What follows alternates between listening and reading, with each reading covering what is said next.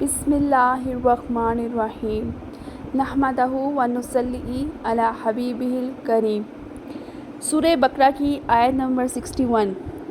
وَإِذْ قُلْتُمْ يَا مُوسَىٰ لَن نَّصْبِرَ عَلَىٰ طَعَامٍ وَاحِدٍ فَادْعُ لَنَا رَبَّكَ يُخْرِجْ لَنَا مِمَّا تُنبِتُ الْأَرْضُ مِن بَقْلِهَا وَقِثَائِهَا وَفُومِهَا وَعَدَسِهَا وَبَصَلِهَا قَالَ أَتَسْتَبْدِلُونَ الَّذِي هُوَ أَدْنَىٰ بِالَّذِي هُوَ خَيْرٌ اهْبِطُوا مِصْرًا فَإِنَّ لَكُم مَّا سَأَلْتُمْ وَضُرِبَتْ عَلَيْهِمُ الذِّلَّةُ وَالْمَسْكَنَةُ وَبَاءُوا بِغَضَبٍ مِّنَ اللَّهِ ذَلِكَ بِأَنَّهُمْ كَانُوا يَكْفُرُونَ بِآيَاتِ اللَّهِ وَيَقْتُلُونَ النَّبِيِّينَ بِغَيْرِ الْحَقِّ ذَلِكَ بِمَا عَصَوا وَكَانُوا يَعْتَدُونَ۔ اور جب تم نے کہا اے موسیٰ ہم سے تو ایک کھانے پر ہرگز صبر نہ ہوگا، تو آپ اپنے رب سے دعا کیجیے کہ زمین کی اگائی ہوئی چیزیں ہمارے لیے نکالے، کچھ ساگ اور ککڑی اور گھیو اور مسور اور پیاز۔ فرمایا کیا ادنا چیز کو بہتر کے بدلے مانگتے ہو؟ اچھا مصر یا کسی شہر میں اترو، وہاں تمہیں ملے گا جو تم نے مانگا۔ اور ان پر مقرر کر دی گئی خواری اور ناداری، اور خدا کے غضب میں لوٹے۔ یہ بدلہ تھا اس کا کہ وہ اللہ کی آیتوں کا انکار کرتے اور انبیاء کو ناحق شہید کرتے۔ یہ بدلہ تھا ان کی نافرمانیوں اور حد سے بڑھنے کا۔ اچھا جی، اب یہ ہم نے پچھلی آیات میں پڑھا ہے کہ جو بنی اسرائیل تھی جب وہ وادی طے میں تھی یا صحرا جو سینا تھا اس میں تھی، تو ان پہ من و سلوہ اترتا تھا، ٹھیک ہے۔ اب اس آیت میں دیکھیں بنی اسرائیل کی ناشکری کی انتہا نظر آ رہی ہے۔ وہ من و سلوہ جیسی چیز کو چھوڑ کر کس چیز کی فرمائش کر رہے ہیں؟ پیاز، ککڑی، گھیو، ساگ۔ اب اس قوم میں جو ہے وہ استقامت کی تو کوئی چیز ہی نہیں تھی۔ اب دیکھیں جب انہیں ہجرت کروائی گئی تھی نا مصر سے سینا میں، وادی سینا میں جب وہ آئے تھے تو انہیں وہاں پہ 40 دن رہنا تھا صرف۔ پھر انہوں نے اپنے اصل وطن چلے جانا تھا، یعنی کہ فلسطین۔ آپ سب کو بتانا چاہیے کہ جو یہودیوں کا جو اصل وطن ہے وہ فلسطین تھا، لیکن چونکہ انہوں نے کیا کیا، حضرت موسیٰ علیہ السلام کی غیر موجودگی میں بچھڑے کو معبود بنا لیا اور اس کی عبادت شروع کر دی، تو اس کی سزا میں کیا ہوا، انہیں 40 سال تک وادی طے یا جو وادی سینا جو ہے وہاں پہ ان کو رہنا پڑا۔ کہتے ہیں کہ وہ وہاں پہ 40 سال بھٹکتے رہے۔ وہ صبح سویرے اپنا سفر شروع کرتے تھے اور شام کو وہاں ہی پہنچتے تھے جہاں سے سفر شروع کرتے تھے، کیونکہ اس ٹائم دیکھیں کوئی نشانیاں تو ہوتی نہیں تھی، کوئی بک مارکس تو ہوتے نہیں تھے روڈ پہ، وہ تو لگے نہیں ہوتے تھے کہ یہاں سے اتنا رہتا ہے سفر۔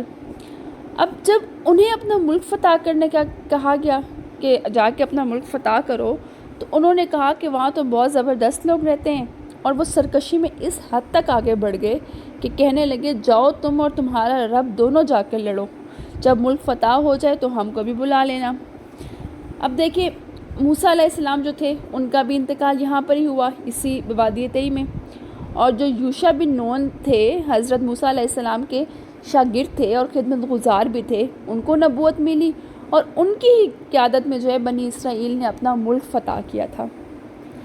اب یہ کہتے تھے کہ ہم یہ کھانا نہیں کھا سکتے، ہمیں تو مصر کی ککڑیاں یاد آتی ہیں، دال چاول یاد آتے ہیں، گندم، لہسن، پیاز یاد آتے ہیں، کیونکہ پہلے تو وہ کھا رہے تھے، لیکن جب وہ صحرا میں آئے وہاں پہ کچھ نہیں تھا، تو پھر اللہ تعالیٰ نے ان کے لیے آسمان سے کھانا اتارا، لیکن ان کی ناشکری کی حد دیکھیں کہ انہوں نے کہا کہ ہمیں یہ نہیں چاہیے۔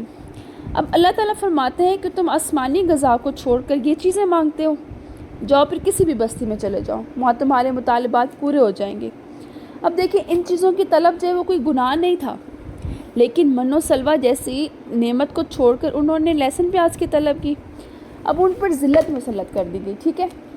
اب آگے آتا ہے کہ ان پر مقرر کر دی گئی خواری اور ناداری، اور وہ خدا کے غضب میں لوٹے۔ اب وہ اللہ کا یہ اس لیے تھا کہ وہ اللہ کی آیتوں کا انکار کرتے تھے اور انبیاء کو ناحق شہید کرتے تھے۔ اب دیکھیں وہ اللہ کے ہر حکم کو ماننے سے انکاری تھے، جو بات کہی جاتی تھی وہ اس کو اپنی سرکشی میں مانتے ہی نہیں تھے، اور نبیوں کو بغیر حق کے قتل کر دیتے تھے۔ اب انہیں وہ لوگ اچھے نہیں لگتے تھے جو ان کو سمجھاتے تھے، اور وہ چاہتے تھے کہ ہم جو مرضی کریں ہمیں کوئی روک ٹوک نہ ہو، کوئی ہمیں منع نہ کرے، کوئی نہی عن المنکر کا درس نہ دے ہمیں۔ انہوں نے بہت سے انبیاء کو شہید کیا، ان کے اندر سخت دلی اور بے حسی اتنی بڑھ چکی تھی، مطلب کہ انبیاء کو شہید کرنے والا آپ سوچیں کہ کتنا سخت دل ہوگا۔ انہوں نے حضرت زکریہ علیہ السلام کو شہید کیا، حضرت یحییٰ علیہ السلام کو شہید کیا، اسی طرح حضرت عیسیٰ علیہ السلام کے لیے بھی وہ یہی ارادہ رکھتے تھے، لیکن اللہ نے اپنی رحمت سے اور خاص تدبیر کے ذریعے سے انہیں آسمانوں پر اٹھا لیا تھا۔ اب ان وجوہات پہ اللہ جو ہے ان سے بہت ناراض ہوا۔ جن کاموں سے روکا جاتا تھا یہ وہی کرتے تھے، غلط کاموں میں حدیں پار کر جاتے تھے۔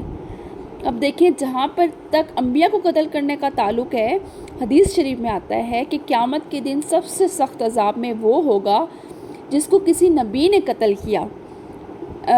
اب نبی نے قتل کیا والے کا کیوں سخت عذاب ہو؟ کیونکہ وہ نبی سے مقابلہ کر رہے ہیں، نبیوں سے تو مقابلہ ہی نہیں کرنا چاہیے، اور جو کوئی ان کے ہاتھوں شہید ہو گیا تو اس کا مطلب وہ نبی سے مقابلہ کر رہا ہے۔ اچھا حدیث پوری کر لوں میں، اور جس نے کسی نبی کو قتل کیا، یہ ان دونوں پہ سخت عذاب ہوگا۔ اب بنی اسرائیل پر آ رہا ہے اس آیت میں کہ ان پر خواری اور ناداری جو ہے وہ مسلط کر دی گئی۔ اب ان پہ جو ذلت مسلط اس کی وجوہات تو ہم سب کو پتہ ہیں۔ اب ان پہ کس طرح سے ہوئی، میں آپ کو تھوڑا سا خلاصہ دیتی ہوں، ذلت کا بتاتی ہوں کہ کیسے ان پہ ذلت ہوئی، کیسے انہوں نے مسئلوں مسائل میں گھرے رہے، کیا کیا ہوا، تھوڑا سا میں آپ کو خلاصہ دیتی ہوں۔ لیکن جب یہ لوگ فلسطین پہنچے، اپنے ملک میں پہنچ گئے، ٹھیک ہے، تو ان کو حضرت داؤد علیہ السلام اور حضرت سلیمان علیہ السلام کے دور میں انتہائی عروج ملا۔ سورہ نمل جو ہے اس میں اس کی تفصیلات آتی ہیں، انشاءاللہ ہم آگے پڑھیں گے۔ اب حضرت سلیمان علیہ السلام جو تھے انہوں نے فلسطین میں ایک ہیکل تیار کیا، یروشلم میں، ٹھیک ہے، یہاں پر توریت کی تختیاں رکھی گئیں۔ اب آس پاس کے جو لوگ تھے وہ آ کر اس ہیکل میں عبادت بھی کرتے تھے، کتاب بھی پڑھتے تھے۔ یہ تقریباً 100 سال کا دور ہے جب ان کو عروج ملا۔ پر اس کے بعد کیا ہوا، آپس میں یہ لوگ گلشیں شروع ہو گئے، ان کی ریاست جو ہے وہ 2 حصوں میں بٹ گئی، شمالی ریاست، جنوبی ریاست۔ شمالی کا نام اسرائیل تھا اور جنوبی کا نام جودا تھا۔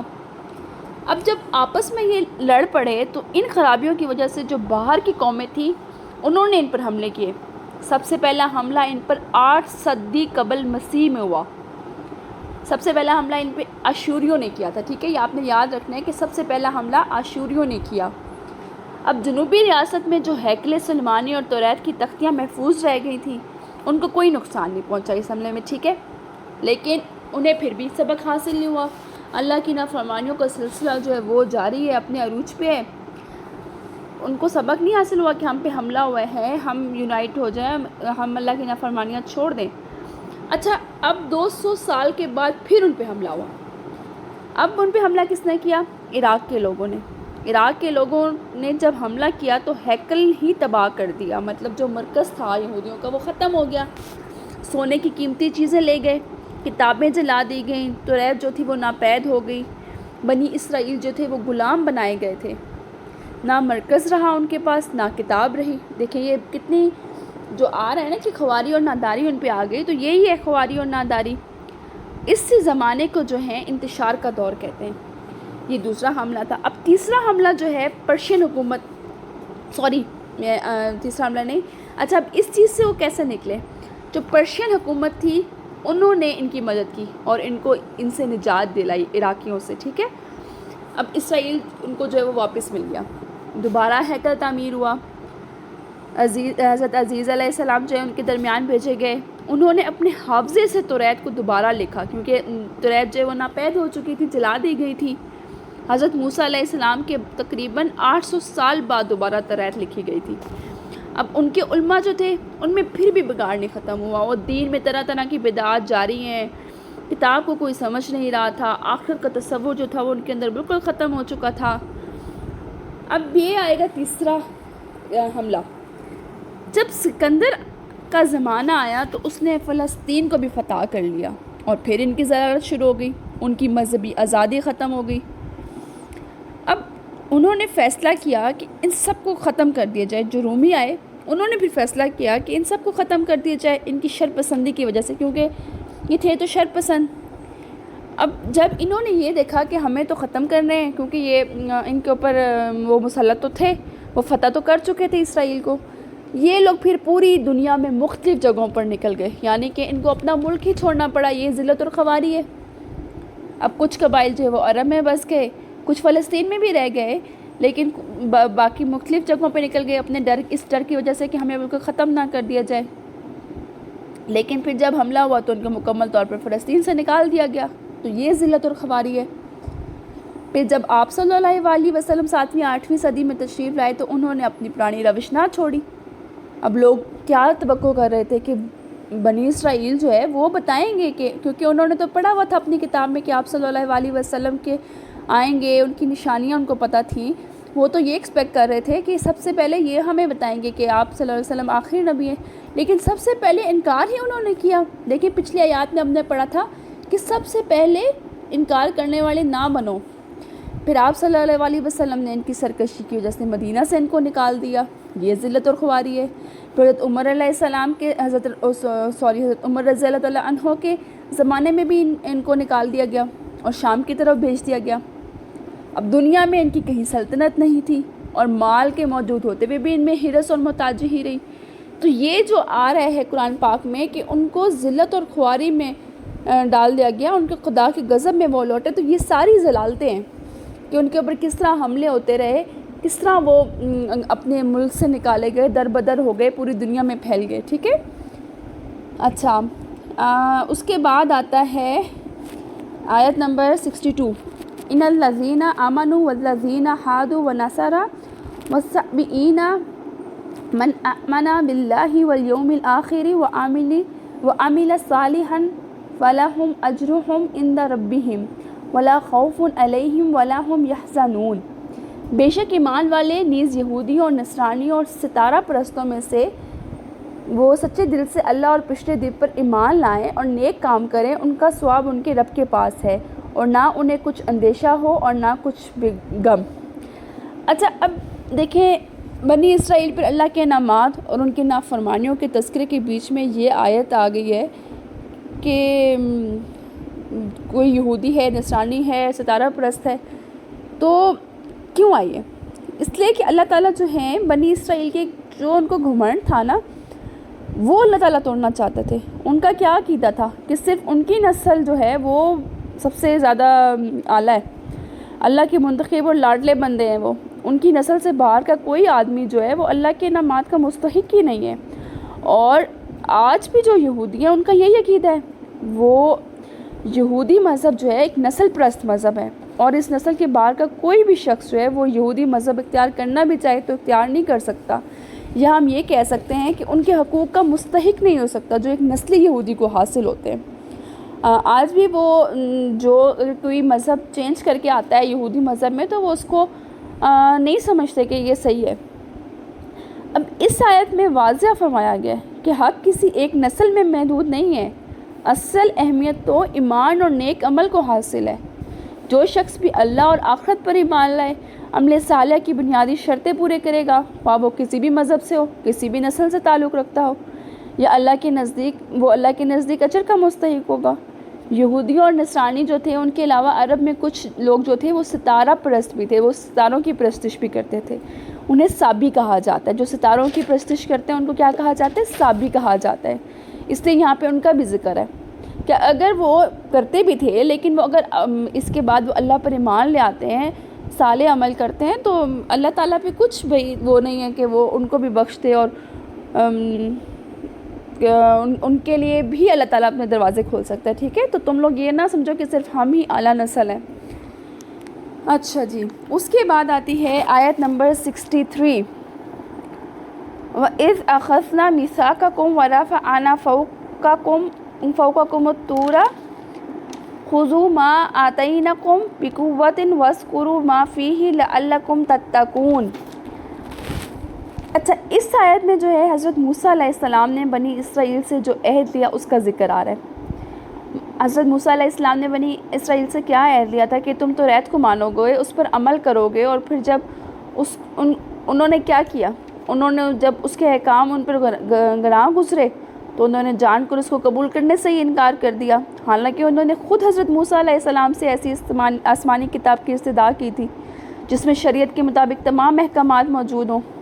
اور جب حضرت موسیٰ علیہ السلام نے بار بار ان کو قبول کرنے اور اس پر عمل کرنے کا عہد لیا تو انہوں نے کہا کہ ٹھیک ہے ہم کریں گے، اور جب وہ کتاب ان کو عطا کی تو اس نے قبول کرنے سے انہوں نے انکار کر دیا اور عہد کو توڑ دیا۔ اب بنی اسرائیل کی اس عہد شکنی کے بعد حضرت جبرائیل علیہ السلام جو تھے انہوں نے اللہ کے حکم سے کوہ طور کو اٹھا لیا اور ان کے سروں پر معلق کر دیا، اور حضرت موسیٰ علیہ السلام سے فرمایا، حضرت موسیٰ علیہ السلام نے فرمایا تم عہد قبول کرو ورنہ پہاڑ تم پر گرا دیا جائے گا اور تم کچلے جاؤ گے۔ مطلب کہ ان کو اللہ تعالیٰ نشانیاں وہ نعمتیں بھی دیتا تھا، لیکن پھر دکھاتا بھی تھا بھئی میں چاہوں تو میں تم لوگوں کے لیے تم لوگوں کو پہاڑ بھی تم لوگوں پہ گرا سکتا ہوں، لیکن بنی اسرائیل جو تھے وہ سمجھنے سے قاصر تھے بالکل، ٹھیک ہے۔ جب انہوں نے اپنے اوپر موت منڈلاتی بھی دیکھی تو فوراً سے واپس پلٹے۔ اس نیکسٹ آیت میں آتا ہے جس طرح کہ ثم تولیتم من بعد ذلک فلولا فضل اللہ علیکم ورحمتہ لکنتم من الخاسرین، پھر اس کے بعد تم پھر گئے تو اگر اللہ کا فضل اور اس کی رحمت تم پر نہ ہوتی تو تم ٹوٹے والوں میں سے ہو جاتے۔ اب اس کے بعد وہ پھر گئے، یعنی کہ جب انہوں نے اپنے سر پہ موت منڈلاتی ہوئی دیکھی کہ ہمارے سروں پہ تو پہاڑ کھڑا ہوا ہے اور اگر ہم نے ان کی بات نہ مانی تو پہاڑ ہمارے سروں پہ گرا دیا جائے گا، تو فوراً سے اپنی بات سے پھر گئے۔ انہوں نے کہا نہیں نہیں ہم تو مانیں گے، اور پھر اللہ تعالیٰ فرماتے ہیں کہ اگر تم نہ ایسا کرتے اور میرا فضل نہ ہوتا، میری رحمت نہ ہوتی، میں نہ چاہتا میں تمہارے کیے کی سزا دیتا جو تم نے عہد گردانی کی حضرت موسیٰ علیہ السلام سے، میں اگر تمہیں اس کی سزا دیتا تو میں تمہیں پوری قوم کے اوپر میں پہاڑ گرا دیتا اور تم لوگ ختم ہو جاتے، تم لوگوں کا تو نام و نشان ختم ہو جاتا۔ اس کے بعد آتا ہے آیت نمبر 65 وَلَقَدْ عَلِمْتُمُ الَّذِينَ اعْتَدُوا مِنْكُمْ فِي السَّبْتِ وَقُلْنَا لَهُمْ كُونُوا قِرَدَةً خَاسِئِينَ، اور بے شک ضرور تمہیں معلوم ہے تم میں کہ وہ جنہوں نے ہفتے میں سرکشی کی تو ہم نے ان سے فرمایا کہ ہو جاؤ بندر دھتکارے ہوئے۔ اچھا یہ بہت ہی مزے کا واقعہ ہے ان لوگوں کی بنی اسرائیل کا، کہ بنی اسرائیل کے بہت زیادہ قصے پڑھتے جاتے ہیں، بڑا اچھا لگتا ہے، بڑی عبرت بھی حاصل ہوتی ہے۔ بہرحال یہ جو ہے اس آیت کا میں یہ ہوتا ہے کہ شہر ایلا ہے، ٹھیک ہے، بنی اسرائیل میں کا ایک شہر ہے، ٹھیک ہے۔ اب انہیں حکم ہوا تھا کہ شنبہ یعنی کہ ہفتے کے دن جو ہے تم لوگوں نے عبادت کرنی ہے، وہ ہفتے کا دن جو ہے وہ عبادت کے لیے خاص ہے، اور اس دن تم لوگوں نے شکار نہیں کرنا، مچھلی کا شکار، اور دنیاوی مشاغل جو ہیں وہ ترک کر دینے۔ اب ان کا جو ایک گروہ تھا انہوں نے یہ چال چلی کہ جمعے کے دن کیا کرتے تھے، وہ دریا کے کنارے بہت سے گڑھے کھود دیتے تھے، اور جب مچھلیاں اور جال ڈال دیتے تھے، اور جب مچھلیاں جال میں آ کر پھنس جاتی تھی تو یہ ہفتے کے گزرنے کا انتظار کرتے تھے اور اگلے دن اس کا شکار ان کو نکال لیتے تھے۔ اب اللہ تعالیٰ ان کی آزمائش کے لیے کیا کرتے تھے، ہفتہ کے دن مچھلیاں زیادہ بھیج دیتے تھے، وہ اللہ تعالیٰ ان کو آزما رہے تھے کہ زیادہ مچھلیاں دیکھ کے یہ کیا کرتے ہیں۔ اب 40 یا کہیں جگہ پہ آتے 40 سال اور کہیں جگہ پہ آتے 70 سال، 40 سال تک وہ لوگ یہ کام کرتے رہے۔ جب حضرت داؤد علیہ السلام کی نبوت کا دور آیا تو آپ نے انہیں اس سے منع کیا اور کہا کہ تم مچھلیوں کو قید کر لیتے ہو تو یہی تو شکار ہے جو ہفتہ کو کرتے ہو، اس سے باز آ جاؤ ورنہ عذاب الہی کے مستحق ہوگے، لیکن وہ باز نہیں آئے۔ پھر آپ نے دعا فرمائی تو اللہ نے ان کو بندروں کی شکل میں مسخ کر دیا۔ اب کیا ہوا، ان کی عقل و حواس تو باقی رہا لیکن قوت گواہی جو تھی وہ زائل ہو گئی، ان کے بدنوں سے بدبو آنے لگی۔ اب اپنے اس حال پہ روتے روتے 3 دن کے اندر اندر وہ سب ہلاک ہو گئے، ان کی نسل باقی نہ رہی۔ یہ 70,000 کے قریب لوگ تھے۔ اب بنی اسرائیل کا جو دوسرا گروہ تھا جو تقریباً 20,000 تھا، انہیں اس عمل سے منع کرتا رہا۔ جب یہ نہ مانے تو انہوں نے اپنے اور ان کے محلوں کے درمیان دیوار بنا لی اور ان سے علیحدگی کر لی، تو ان سب لوگوں نے نجات پا لی۔ اب تیسرا جو گروہ تھا وہ ساکت رہا، انہوں نے ان کو نہ منع کیا اور نہ ان کے ساتھ حصہ لیا۔ تو اس کے حق میں حضرت ابن عباس کے سامنے اکرمہ نے کہا کہ وہ مغفور ہیں کیونکہ امر بالمعروف فرض کفایہ ہے، امر بالمعروف فرض کفایہ سے کیا مراد ہوتا ہے کہ اگر ایک بندے نے ادا کر لی ہے تو وہ سمجھے کہ سب نے ادا کر لی ہے، پوری بستی نے ادا کر لی ہے، ٹھیک ہے۔ اب اس واقعے کا جو ذکر ہے وہ سورہ اعراف کی آیت میں بھی آتا ہے 122 میں، پھر جب وہ اس بات میں حد سے بڑھ گئے جس سے انہیں منع کیا گیا تو ہم نے ان سے کہہ دیا کہ ذلیل بندر بن جاؤ، مطلب کہ سرکشیوں میں جا رہے ہیں، نہیں رک رہے، اللہ تعالیٰ ان کو بار بار آزما رہا ہے، اللہ تعالیٰ ان کو بار بار دکھا رہا ہے، اپنے عذاب ان کو دکھا رہا ہے، اپنی نعمتیں دکھا رہا ہے، لیکن بنی اسرائیل جو ہے وہ ڈھیٹ کی ڈھیٹ تھی، مطلب وہ اللہ کی نشانیاں دیکھ کر بھی کوئی عبرت نہیں حاصل کر رہی تھی، ٹھیک ہے۔ آگے آتا ہے فَجْعَلْنَاهَا نَقَالًا لِمَا بَيْنَ يَدَيْهَا وَمَا خَلْفَهَا وَمَوْعِظَةً لِلْمُتَّقِينَ، تو ہم نے اس بستی کا یہ واقعہ اس کے آگے اور پیچھے والوں کے لیے عبرت کر دیا اور پرہیزگاروں کے لیے نصیحت۔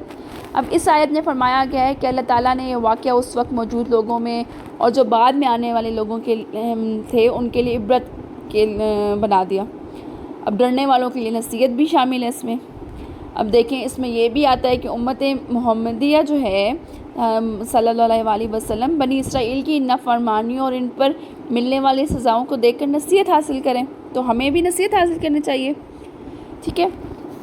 اچھا، اب اگلی جو آیت ہے نا 67، اس میں ایک بہت مطلب اس سے ہٹ کے واقعہ ہوگا گائے والا، ٹھیک ہے۔